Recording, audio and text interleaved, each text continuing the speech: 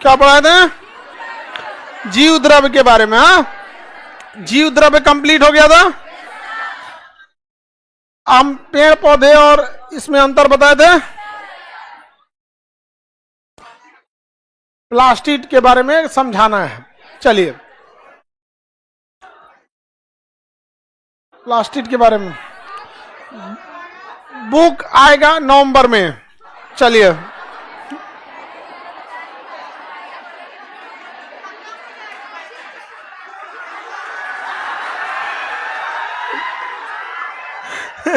जैसन गुरु वैसन चेला।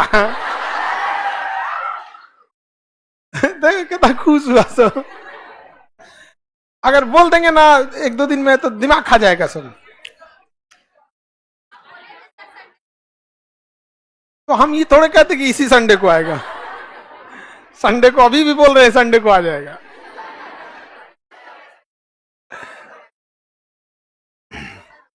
चलिए, तो हम लोग समझते हैं आगे।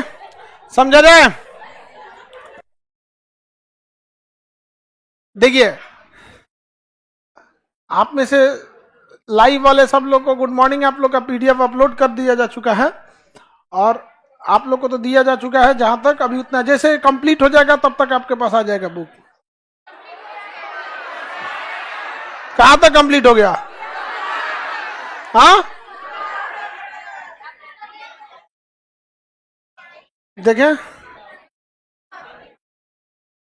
कितना हो गया।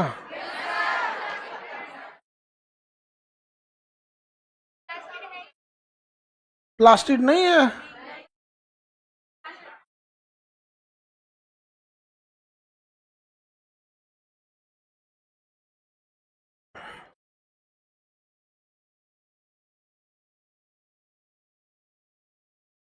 मंगल बुध तक, बुधवार तक आएगा यहाँ पे। कौन सा बुध? नवंबर वाला। देखिए, 2024 वाला ही। ये पूछिए जैसे नवंबर 2024 या 25। 24 वाला ही। देखिए, पेड़ पौधों की कोशिकाओं में दो चीजें बहुत ज्यादा ऐसा है कि जो डिफरेंट करती है। एक सेल वॉल होता है उनमें और एक होता है प्लास्टिड। सेल वॉल पढ़ा चुके हैं, अब पढ़ाना है प्लास्टिड। क्या हम लोग में प्लास्टिड पाया जाएगा? प्लास्टिड भोजन बना सकता है। पेड़ पौधों में सबसे बड़ा कोशिकांग अगर न्यूक्लियस के बाद होगा तो प्लास्टिड होता है। क्या होता है? प्लास्टिड।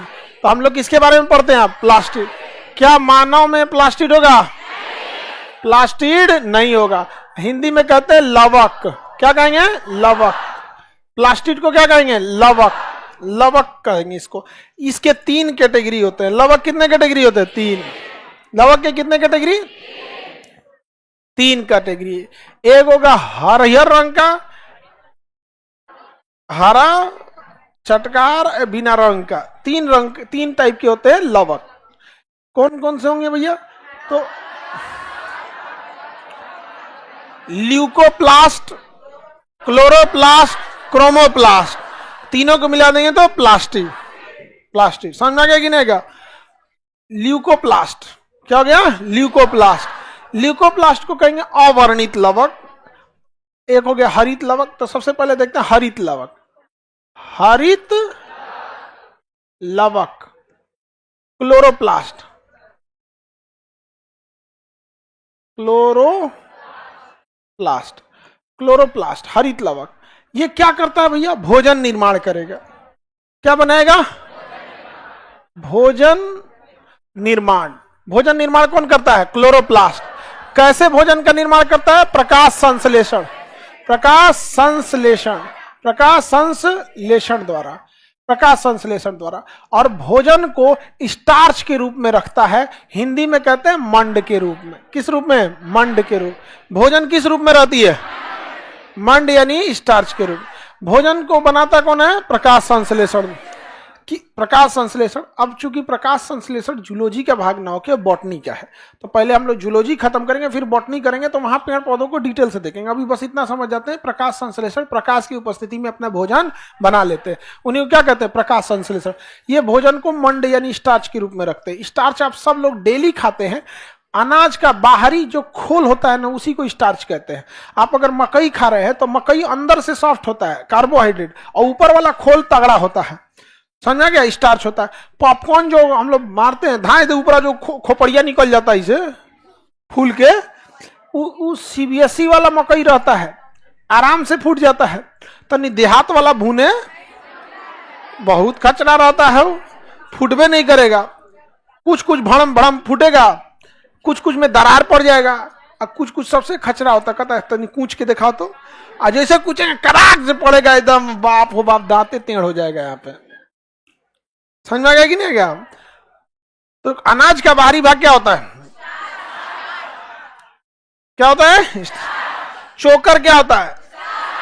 चोकर स्टार्च होते हैं सब। तो हम लोग को स्टार्च खाने में खाना चाहिए, क्योंकि स्टार्च अच्छा होता है, बट ज्यादा स्टार्च नहीं खाना चाहिए, कंप्लीट स्टार्च नहीं हटाना चाहिए। जो गेहूं होता है, अगर उसका कंप्लीट स्टार्च हटा देंगे, यानी मंड हटा देंगे, तो मैदा हो जाएगा। फिर हम लोग अगर स्टार्च भोजन में नहीं रहेगा तो हम भोजन पचा नहीं पाते हैं। इसलिए आप मैदा का 5 गो रोटी नहीं पचा पाएंगे, जो स्टार्च। लेकिन स्टार्च की एक खराबी है, टेस्ट खराब कर देता है। टेस्ट को क्या करेगा? खराब कर देगा। इसलिए हम लोग क्या करते हैं ना, थोड़ा सा स्टार्च रखते हैं, बाकी बचा स्टार्च गाय भैंस को डाल देते हैं, आटा लाते हैं, चालते हैं, थोड़ा सा चोकर नीचे आता है, थोड़ा थोड़ा आता है उसमें भी, और जो मोटा दाना है वो किसको दे देंगे? गाय भैंस। उसको टेस्ट से कोई मतलब ही नहीं है, अपन स्टार्च पचाओ। लेकिन हम लोग कंप्लीट अगर स्टार्च हटा देंगे, वो भी हम लोग नहीं पचा पाएंगे। मैदा कंप्लीट स्टार्च का होता है। मार्केट में चीजें जो मिलती हैं जंक फूड खाने के लिए, वो ज्यादातर किसकी होती है? मैदा के। मैदा। मोमो किसका बनता है जी? मैदा का ही होता है। नमकीन उमकीन जो ये सब वही सब चीज का मैदा का ही बना देगा सब यहाँ पे। अच्छा अम्मी,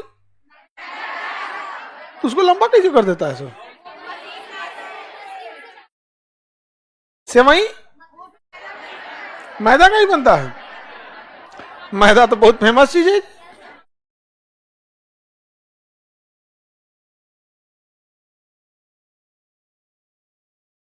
आगे बढ़े।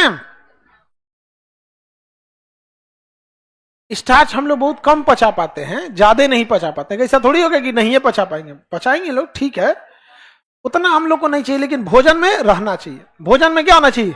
रहना चाहिए। अगर भोजन में आप थोड़ा सा स्टार्च मिला देंगे ना, तो भोजन को पचाने में बहुत हेल्प करेगा।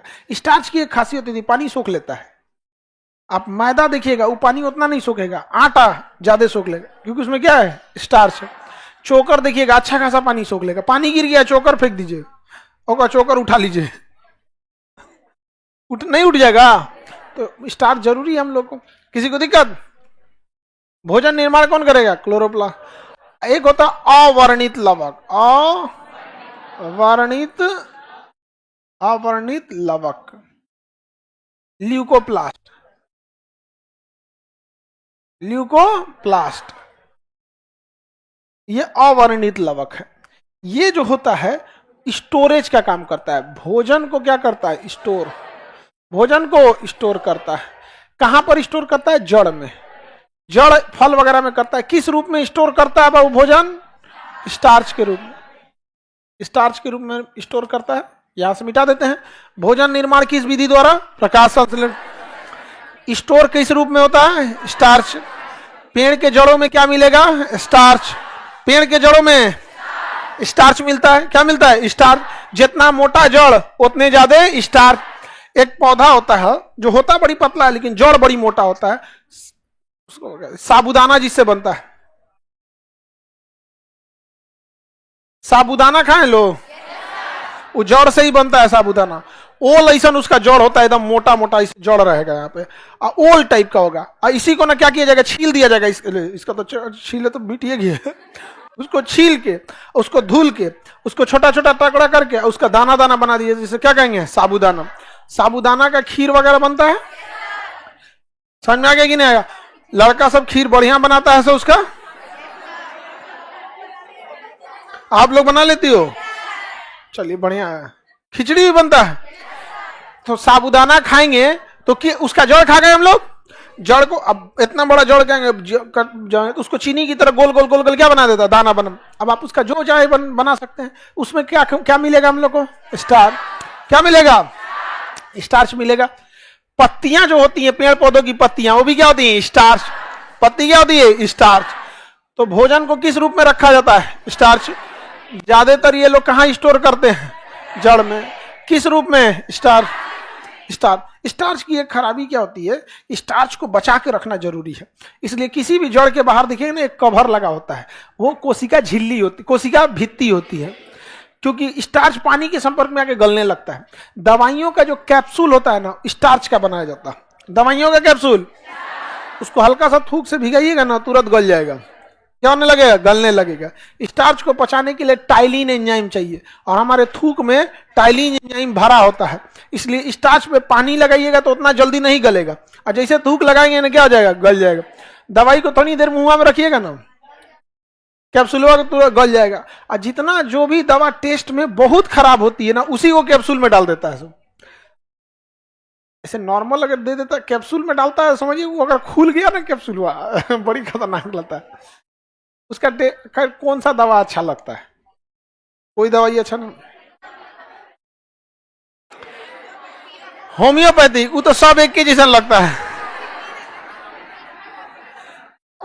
होम्योपैथिक वाला में डॉक्टर कहेगा ये हरियर का डिब्बा में से 3 गोली निकालेंगे, 3 को 5 को निकल जाएगा, वापस करेंगे सब चल जाएगा। फिर दे तरीके निकाल 3 को यहाँ पे, और पे से डॉक्टर कहेगा हाथ से मत टच करना, हाथ से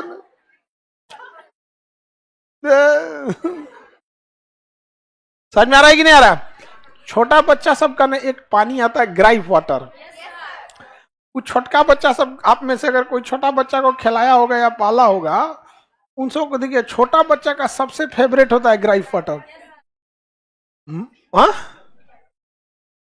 आप लोगों को भी अच्छा लगता है? हम तो कोनो छोटा बच्चा को ग्राइप वाटर पिलाने जाते थे, एक ढक्कन मुंह देख लेते हैं, उसका बहुत अच्छा टेस्ट होता है। और छोटे बच्चे सबका वो फेवरेट है। अगर उसको 2-3 बार पिला देंगे, अगर बोतलवा पहचान जाएगा ना, तो उसको बस दिखाइएगा तो हाथ पैर मारने लगे, हमको यही दे दे दवाइयों। मेरे घर पे है तो उसको ग्राइप वाटर पिलाओ, ग्राइप वाटर, सेरेलेक्स, यही सब खाता है सब। ये समझ में आ गया? क्लोरोप्लास्ट और लीकोप्लास्ट, समझ में आ गया? देखिए इसमें कोई कलर नहीं होता है। वर्ण मतलब होता है कलर, वर्ण मतलब कलर, अवर्ण मतलब कलर नहीं। तो क्या जड़ में कोई कलर होता है? कोई कलर नहीं होता। और हरित लवक किस कलर का? हरे रंग के। अवर्णित लवक का कोई कलर नहीं, कोई कलर नहीं होता है। अब इसके बाद होता है कलर वाला वर्णित लवक। वर्णित लवक, कौन सा लवक? वर्णित लवक, क्रोमोप्लास्ट। क्रोमोप्लास्ट, इसका काम क्या होता है? रंग प्रदान देना, रंग प्रदान करना। क्या करना? रंग प्रदान करना। मिर्ची और टमाटर का रंग लाल, मिर्चा और टमाटर लाल। टमाटर क्या होता है? लाल। टमाटर, मरीचा लाल। लाइकोपेन, बताइए टमाटर और मरीचा लाल होता है? लाइकोपेन। इसी ललका मिर्चों में ना आदमी मसाला भर देता है, अब पानी में इसे 2-3 डुबकियां मार के शीशा के बोयाम में रख के तेल पिला के धूप में सुखा देता है, अचार हो जाता है। हाँ, तो लाइकोपेन, टमाटर और मिर्चा का रंग लाल, लाइकोपेन। गाजर का रंग, गाजर का रंग कैरोटीन। देखिए कैरोटीन नामक क्रोमोप्लास्ट, कैरोटीन नामक क्रोमोप्लास्ट के कारण गाजर का रंग आता है।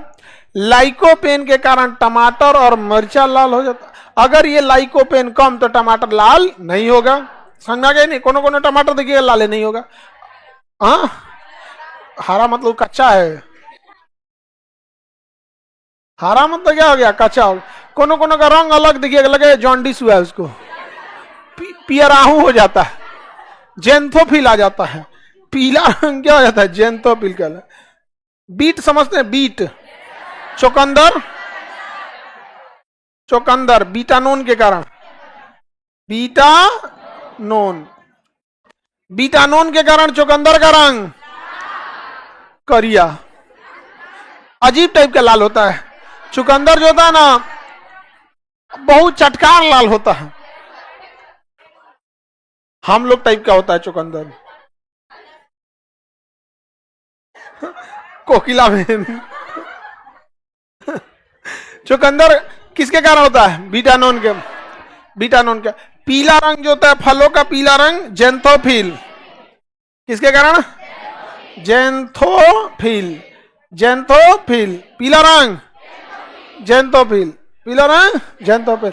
तो बताइए कलर कौन देगा? क्रोमोप्लास्ट, स्टोरेज ल्यूकोप्लास्ट, निर्माण कौन करेगा? क्लोरोप्लास्ट। समझ में आ गया कि नहीं आ गया? तो ये रंग देते हैं, ये हम लोग में है, ठीक है, हम लोग में नहीं है। अगर दूसरा लाइकोपेन रहता तो आदमी क्या हो जाता? लाह। समझ में आ गया कि नहीं आ गया? हम लोग में कलर देने के लिए मेलानिन होता है, और मेलानिन कोशिकाओं में नहीं बल्कि त्वचा में पाया जाता है।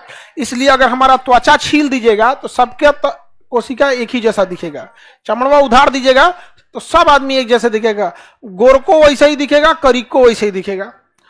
समझ में आ गया कि नहीं आ गया? चमड़वा छील देंगे तब, एक आता ना चिप्स छीलने वाला, इसे चाहे कद्दूकस घास दीजिएगा इसे 3-4 बार तो सबका चमड़ा एक जैसा, क्योंकि मेलानिन हम लोग के कोशिकाओं में नहीं। कहां पाया जाता है? त्वचा में। कहां पाया जाएगा? त्वचा में, त्वचा में पाया। जिसमें त्वचा में कम मेलानिन होगा वो गोरा होगा, क्या होगा? गोरा होगा। और जिनमें ज्यादा होगा वो हम लोग की तरह हो जाएगा। समझ में आ गया कि नहीं आ गया? जितने भी महापुरुष हुए हैं लोग उनमें मेलानिन ज्यादा, वो सांवले रंग के हुए। कृष्ण भगवान, राम जी को देखिए मूर्ति लगाई गई है यहाँ पे, काली जी को देखिए। समझ में आ गया कि नहीं आ गया? रावण कैसा था जी? हाँ, श्रीलंका का था तो गोर कैसे होगा? आगे बढ़े तो हम लोग में लवक पाया जाएगा, तो हम लोग का रंग कैसे होगा? मेलानिन। किसके कारण? मेलानिन के कारण।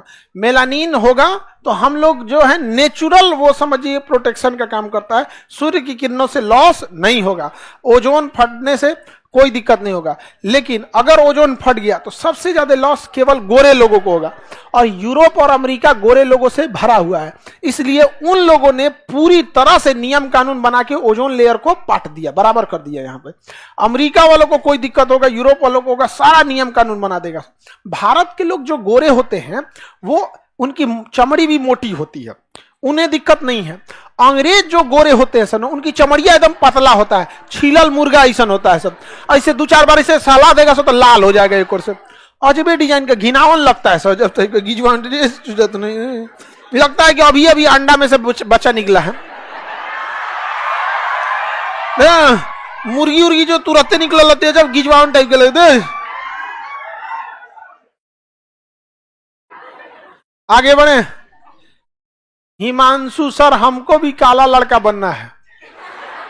कोई बात नहीं, अप्रैल में मुलाकात करो जब गेहूं का कटिया चलेगा। 2 कट्ठा तुमसे गेहूं कटवाएंगे ना, चितकबरा हो जाओगे एक और से।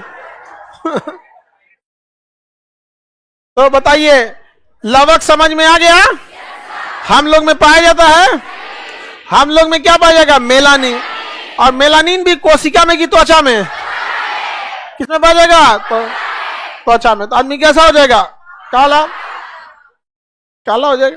क्रीम वगैरह से गोरे होते हैं कि नहीं होते? कुछ नहीं होता। हम तो फेयर एंड लवली लगाए 6-7 साल,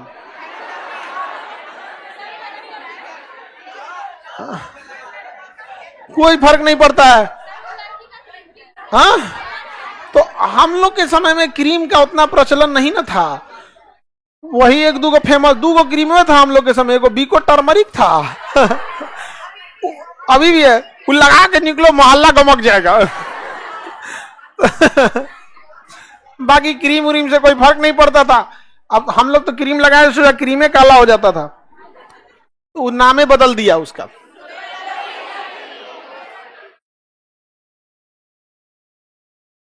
आगे बढ़े। तो ये तो समझ में आ गया आप लोगों को, इसमें किसी को दिक्कत नहीं। पेड़ पौधे और पादपों हम लोग में मुख्य अंतर अगर आपसे पूछा जाए तो बता सकते हैं?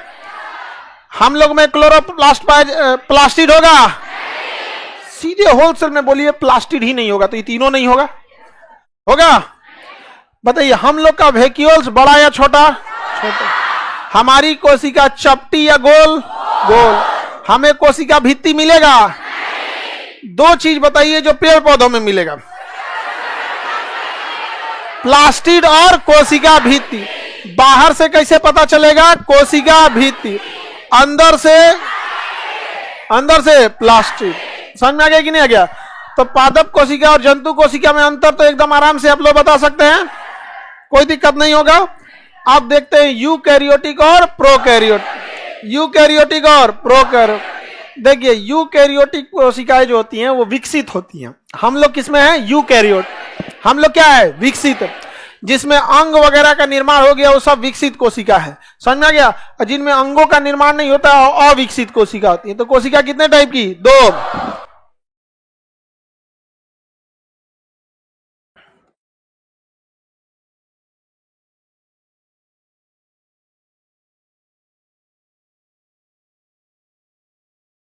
विकसित, विकसित और एक दो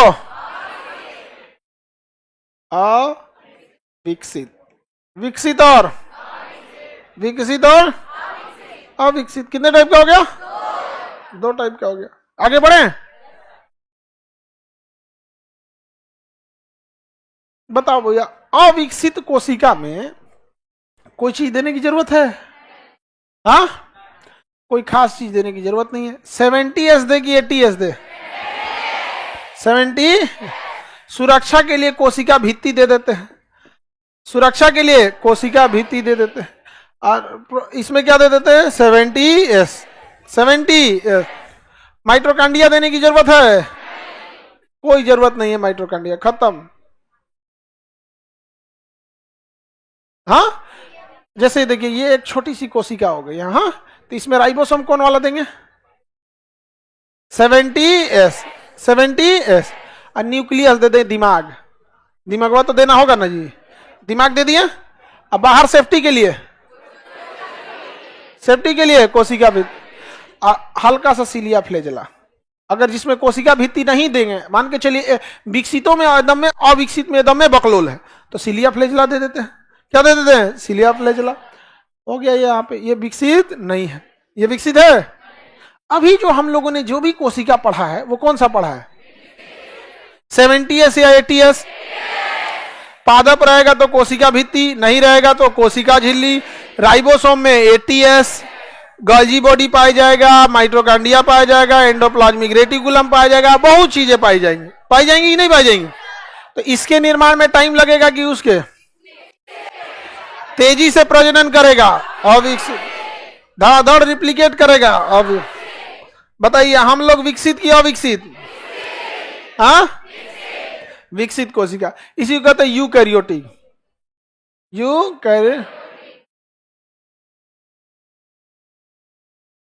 यूकैरियोटिक।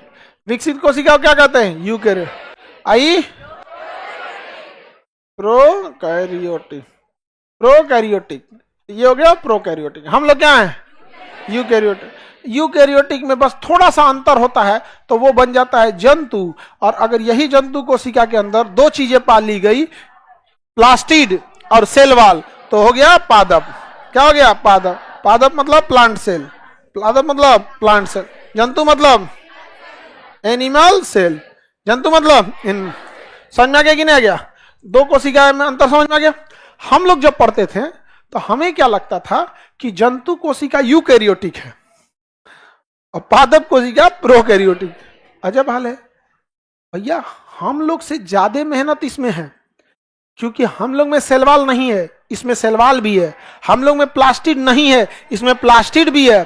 तो एकदम में अविकसित प्रोकैरियोटिक, विकसित यूकैरियोटिक। विकसित में भी जंतु कोशिका विकसित और पादप कोशिका सुपर विकसित। सुपर विकसित है वो। हम लोग को ठंडा गर्मी मार देगा, उन सबको सेल वाले कुछ भी नहीं होगा, ऐसे ही खड़ा रहेगा। यहाँ पे कहेगा ठंडी के दिन आ गया, पता ही गिरा दो, ना तो पानी जम जाएगा, वो सही पे गिर जाएगा।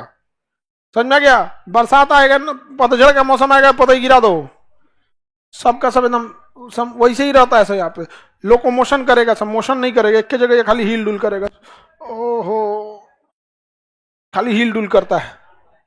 पेड़ पौधे क्या करते हैं? हिल डुल करते हैं। सुपर विकसित कोशिका, हाँ समझ में गया? तो कोशिका कितने टाइप की? प्रोकैरियोटिक और यूकैरियोटिक। सबसे कम विकसित, हाँ प्रोकैरियोटिक। जितना बीमारी फैलाने वाला है सब, कोई इन सब का काम दाम है नहीं। प्रोटीन कौन सा लिया? 70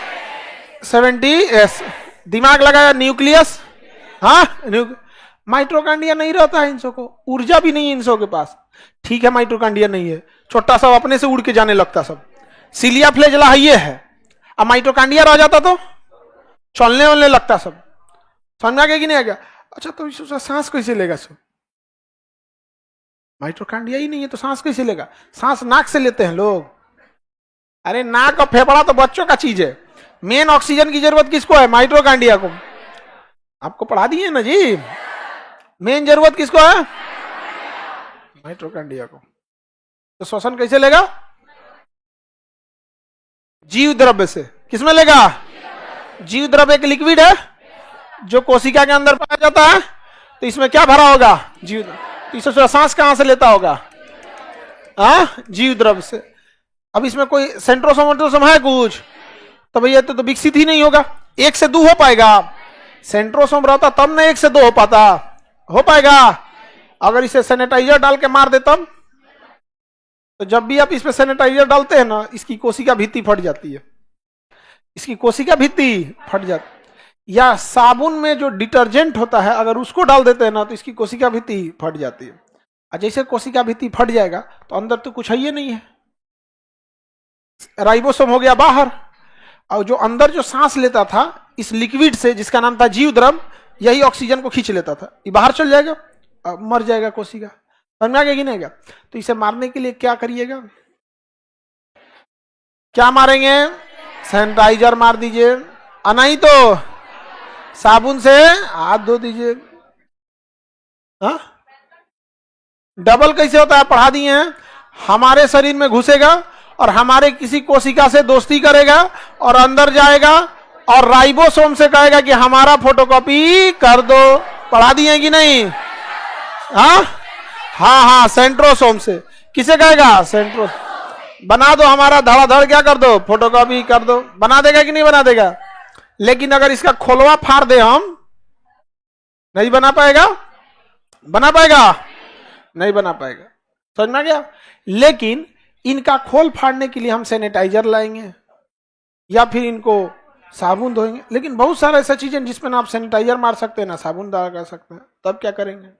जैसे सपोज कीजिए कि हम लोग कोई मिट्टी लाए, ठीक है, और उसमें खेती करने के लिए मिट्टी लाए, या फिर हम क्लोन बना रहे हैं एक पौधा से दूसरा पौधा। क्या बना रहे हैं? क्लोन। तो क्लोन बनाने के लिए उसमें मिट्टी की जरूरत पड़ेगी। क्लोन किस पौधे का बनाया जाता है? जिसमें बहुत अच्छा फसल हुआ है।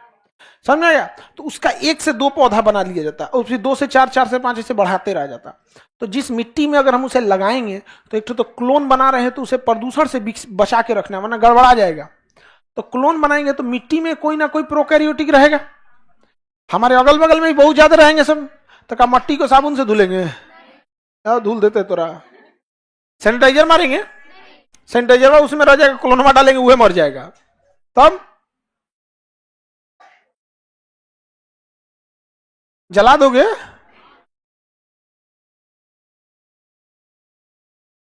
आग? खाद डालोगे? अरे बकलोलवा कहीं का, खाद जो होता है बीमारी को थोड़े मारता है। तब उसके लिए एक और रास्ता है। इसे अचानक रहे तो दिमाग मत लगा बाबू, एक तो तुम सेकेंड हैंड दिमाग लेके पैदा होता है, आप बुझेबो नहीं करता है कि सही बोल रहे हैं कि ये सब एक दो को देखो, तुम्हें अगल बगल में देखो जानवर का है सब उसको चिन्हित करो, उसका क्रोमोजोम गड़बड़ है, भैंस उस वाला है वो।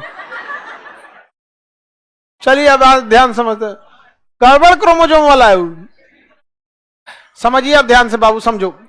तो इसके लिए एक और उपाय है कि उसे गर्म किया जाए। क्या किया जाए? गर्म और अचानक ठंडा कर दिया जाए। गर्म करके अचानक ठंडा कर दिया जाए, खोल फट जाएगा। खोल क्या हो जाएगा? फट जाएगा। तो दूध जो पाश्चराइज किया जाता है ना, दूध में भी पाए जाएंगे सब।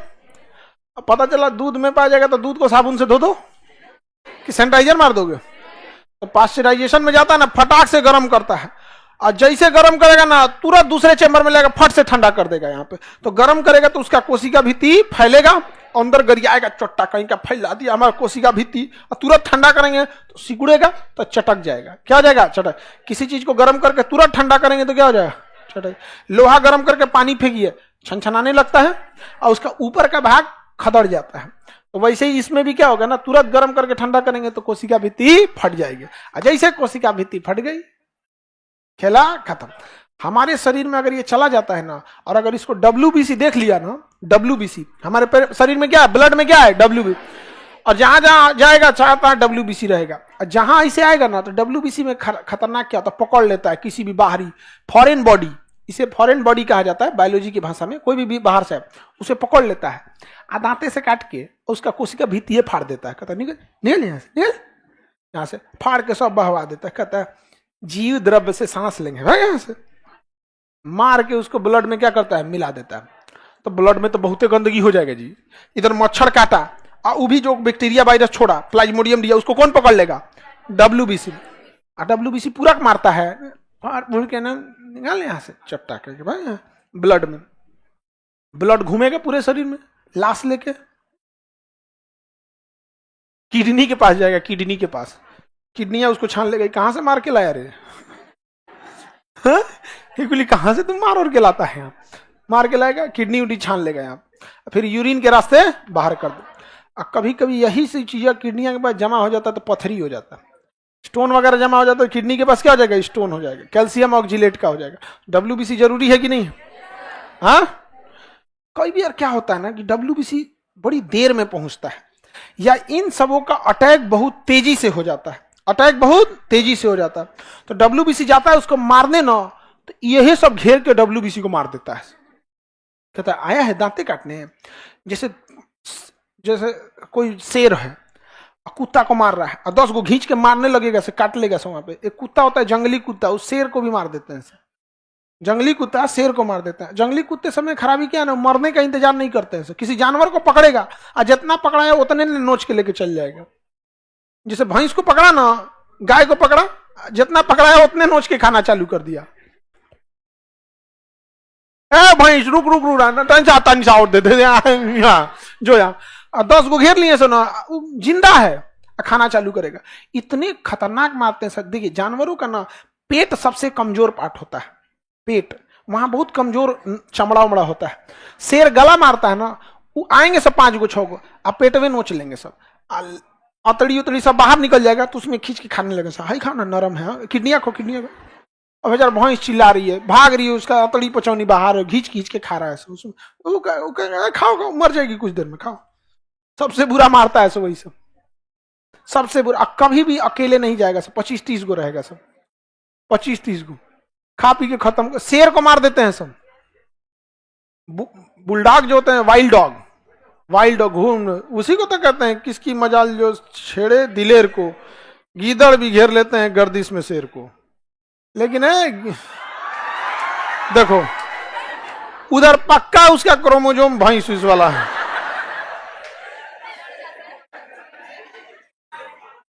वो जो इसे चिल्ला रहा है पड़ोसी वाला भी नहीं है। भाई साहब आगे बढ़ जाए, दोनों में अंतर समझ में आ गया? यूकैरियोटिक और प्रोकैरियोटिक में अंतर समझ में आ गया? आप लोग बताइए यूकैरियोटिक है कि प्रोकैरियोटिक? आप अपनी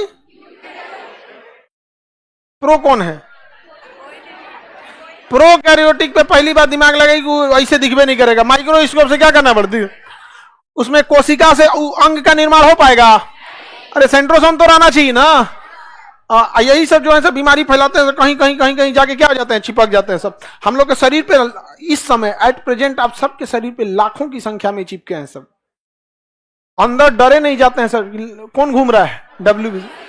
आओ यहाँ पे, WBC मार डालता है इन लोग को। अच्छा, शरीर के बाहर भी रहेगा तो दिक्कत होगा। तो ब्रेन जो होता है ना, ब्रेन त्वचा को आदेश देता है पसीना निकालो, क्या करो? पसीना। अब पसीना में भी लाइसोजाइम एंजाइम होता है, लाइसोजाइम एंजाइम होता है, और उस लाइसोजाइम एंजाइम में नमक होता है। क्या होता है? नमक।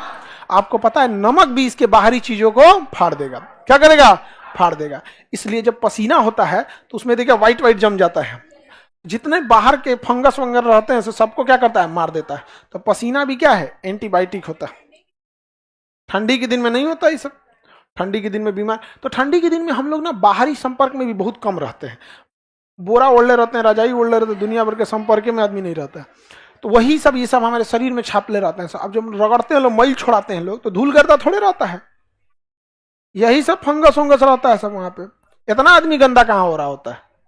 समझ में आ गया कि नहीं आ गया? तो प्रोकैरियोटिक यूकैरियोटिक समझ में आ गया? हाँ,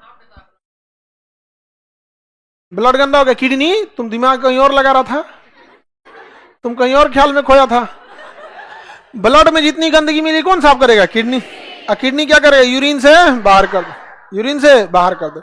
यूरिन अगर रुक गया ना तो पूरा बदन दर्द करने लगेगा। यहाँ पे अगर यूरिन रुक गया तो शरीर में यूरिया बढ़ जाएगा, इतना पूरा शरीर होगा, फिर पूरी शरीर डिसबैलेंस हो जाएगी, गंदगी पूरे शरीर में बढ़ जाएगा, हार्ट अटैक आ सकता है। समझ में आ गया कि नहीं आ गया? क्योंकि उसमें सारा केमिकल अंदर ही रह जाएगा, सिर्फ बाहर करेगा। यहाँ पे आगे बढ़े, जानवर में देखिएगा ना, कभी गाय भैंस में ना यूरिन बंद हो जाता है, गाय भैंस में यूरिन बंद हो जाता है, चिल्लाने लगते हैं सब, पूरे पेट फूल जाएगा उन सब का।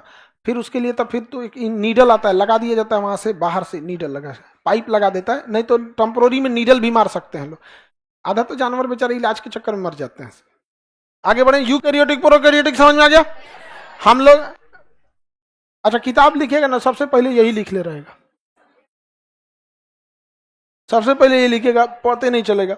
अब हम लोग देखते हैं आगे, सारा चीज कोशिका का पढ़ लिए, बच गया केंद्रक। केंद्रक भी पढ़ दिए, माइटोकॉन्ड्रिया पढ़ लिए, ribosome, Golgi body, lysosome, vacuoles, endoplasmic reticulum, centrosome, plastid, सब पढ़ लिए ना। न्यूक्लियस क्या है? न्यूक्लियस में क्रोमोसोम, क्रोमोसोम में डीएनए में। अब हम लोग पढ़ते हैं न्यूक्लियस के अंदर क्रोमोसोम को। किसे? क्रोमोसोम तो आप पढ़ लिए, पढ़ने लिए जी। वाल्डेयर ने खोजा था, किसने खोजा? वाल्डेयर ने। इसके ऊपरी भाग को सैटेलाइट कहते हैं, बीच वाले को सेंट्रोमर कहते हैं, ऐसे टेलोमर कहते हैं। पूंछ के पास है तो पूंछ को टेल कहते हैं, हवा का पूंछ, एयर टेल।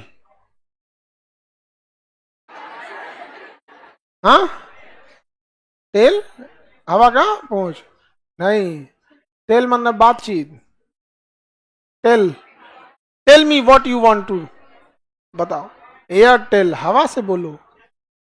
अब जो मन, हवा का पूंछ बना दीजिए, चाहे हवा से बोलिए। तो ये हो गया टेलोमर, ये हो गया सेंट्रोमर, ये हो गया सैटेलाइट। ऊपर वाले क्या कहते हैं? खोजा कौन था? वाल्डेयर। किसने खोजा? वाल्डेयर खोजा। इसके अंदर क्या पाया जाएगा? क्या पाया जाएगा? डीएनए। डीएनए बताइए, डीएनए में जीन। तो हम लोग को अभी देखना है, इसमें तो कुछ खास नहीं। क्रोमोसोम में, क्रोमोसोम कितने होते हैं? 46। जोड़ा में कहेंगे तो ये कै गो है? ये कै गो दिख रहा है? 2, 1, 2, हमेशा जो जुड़ल रहते हैं सब। इसी तरह 23 को दिखेगा, ये एगो नहीं है, अलगे है, अलगे है। समझ में गया? हमेशा क्या रहेगा? जोड़ा में। इसीलिए मजबूरी है इसको जोड़ा में पढ़ना। 46 बोल ही नहीं सकते, 2 को तो यही है, ये 23 जोड़ा। समझ में गया कि नहीं आ गया? तो ये क्या हो गया बाबू? डीएनए। अब ये जो डीएनए है, डीएनए, और ये जीन, और ये क्रोमोसोम। देखिए हम बेसिकली अब हम लोग डीएनए को डिटेल से देखते हैं। किसे डिटेल से देखते हैं? डीएनए। डीएनए जो बना होता है वो किससे बना होता है? जीन से। और जीन के अंदर होते हैं न्यूक्लियोटाइड। क्या होते हैं? न्यूक्लियोटाइड। यानी ओवरऑल हम कह सकते हैं कि डीएनए भी किसका बना है? न्यूक्लियोटाइड का, क्योंकि डीएनए बना है जीन का और जीन बना है न्यूक्लियोटाइड का। तो डीएनए में भी क्या पाया जाएगा? न्यूक्लियोटाइड। 4 तरह के इसमें बेस पाए जाएंगे। कौन कौन सा है? एडेनिन, क्या पाया जाएगा? Adenine, thymine, guanine, cytosine, ATGC. ATGC DNA में क्या पाया? Adenine, thymine, guanine, cytosine, ATGC. क्या पाया जाएगा? एटीजीसी। डीएनए में कितना चीज? 4 एटीजीसी। बोलिए एटीजीसी। डीएनए में एटीजीसी, डीएनए में पाए जाने वाला न्यूक्लियोटाइड एटीजीसी। क्या पाया जाएगा? Adenine, thymine, guanine, cytosine. Adenine, thymine, guanine, cytosine. Adenine, thymine, guanine, cytosine. यही सबसे मिलकर बना होता है क्या चीज? डीएनए। एडेनिन जुड़ा होता है थाइमीन से, ग्वानिन जुड़ा होता है साइटोसिन। तो adenine, thymine, guanine, cytosine. Adenine किससे जुड़ा होगा? थाइमीन। ग्वानिन जुड़ा होगा साइटोसिन से। एडेनिन थाइमीन के बीच में डबल बॉन्ड, ग्वानिन साइटोसिन के बीच ट्रिपल। ये सारा प्रीवियस ईयर का क्वेश्चन है, पूछा था एनटीपीसी वाले में। एडेनिन किससे जुड़ा होता है? थाइमीन। ग्वानिन और साइटोसिन के बीच में कौन सा बॉन्ड? Triple bond. सब क्वेश्चन, ये तो बच्चे वाला चीज है। तो बताइए न्यूक्लियस में क्रोमोसोम, क्रोमोसोम में डीएनए, डीएनए में जीन, जीन बना होगा न्यूक्लियोटाइड से। कितने न्यूक्लियोटाइड? 4। एटीजीसी क्या हो गया? ATGC. Adenine, thymine, guanine, cyto. Adenine जुड़ा होगा थाइमीन से, ग्वानिन जुड़ा होगा साइटो से। शॉर्टकट में adenine, thymine, guanine, cytosine. Adenine thymine के बीच में डबल बॉन्ड, ग्वानिन साइटोसिन के बीच में ट्रिपल बॉन्ड। किसी को कोई दिक्कत? बताएंगे। देखिए ये हो गया डीएनए। क्या हो गया? डीएनए। डीएनए, डीएनए में हमेशा डबल धागा होता है। कितना होता है? डबल धागा। समझ में आ गया? डीएनए में बताइए, डीएनए में कौन कौन से न्यूक्लियोटाइड पाए जाएंगे? Adenine, thymine, guanine. Adenine, thymine, guanine, cytosine. Cytosine. हाँ हाँ ठीक है, गड़बड़ा गया था। अब ध्यान दीजिए, ये डीएनए है, दिख गया ना डीएनए। अभी ये भी आरएनए है, ये भी आरएनए है। समझ में आ गया?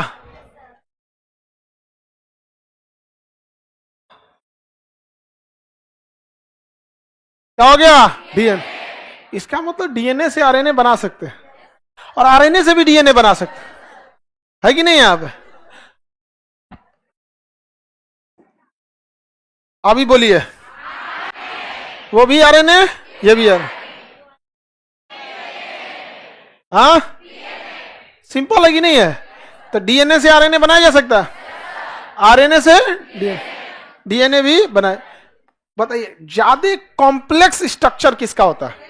डीएनए। ये बताइए तो। अरे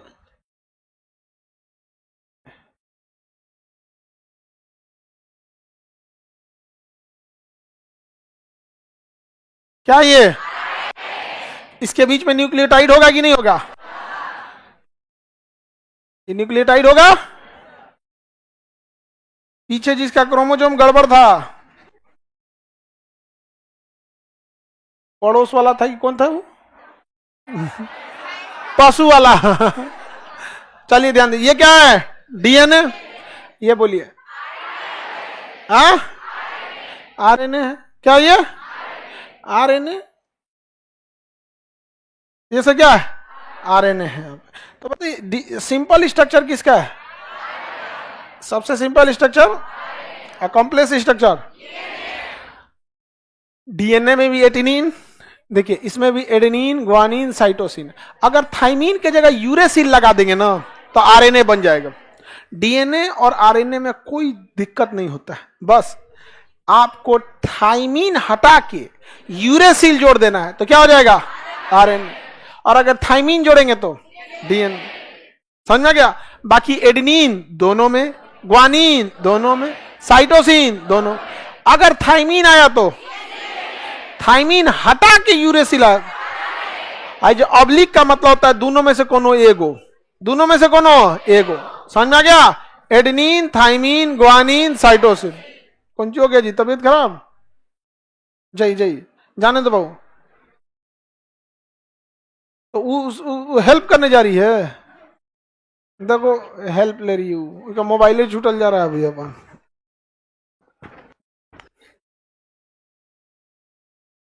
आगे बढ़े। किसी को दिक्कत नहीं ना? भूलवा दी दुकान से कौन सी बता रहे थे, पता नहीं।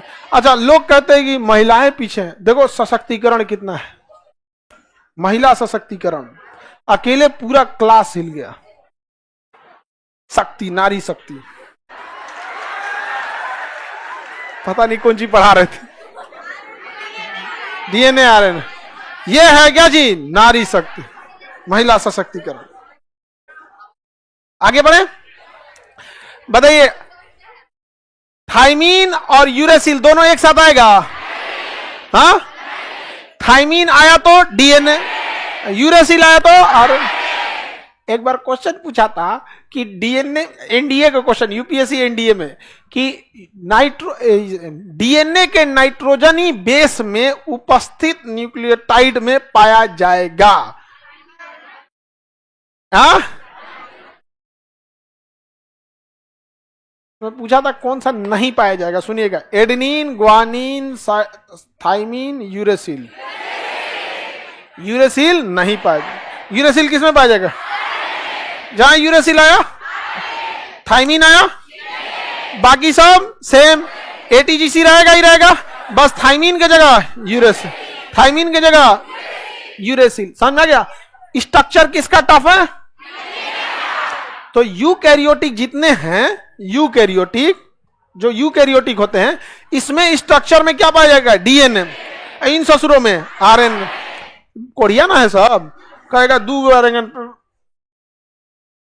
कौन सी हो गया? ही डीएनए। देखिए लड़का थक जाता है तो अंगड़ाई लेगा, सो ईट के डीएनए बना दे रे एकदम, धाए दे तूर दो, थाइमीन अलग हो गया। अभी बताओ ये क्या है? आरएनए। ये अब थकला के बाद ईट दिए तो डीएनए। समझ में आ गया? कोई को थकल रहता है, लड़का लड़की ना तो ठीक से अंगड़ाइयों नहीं ले पाता, सब आधे लेता। ढेर अंगड़ाई मतलब अब ये हम लोग को टोक देंगे, यहाँ अंगड़ाई नहीं लेना है, यहाँ बाल नहीं खजुआना है। समझ में आ गया? कोई दिक्कत? लिया बाल बांध के आना। चलिए अब आगे का क्लास कल समझेंगे। बॉय लोग रुके रहेंगे, गर्ल्स को निकलने देंगे। रुको ना जी अभी।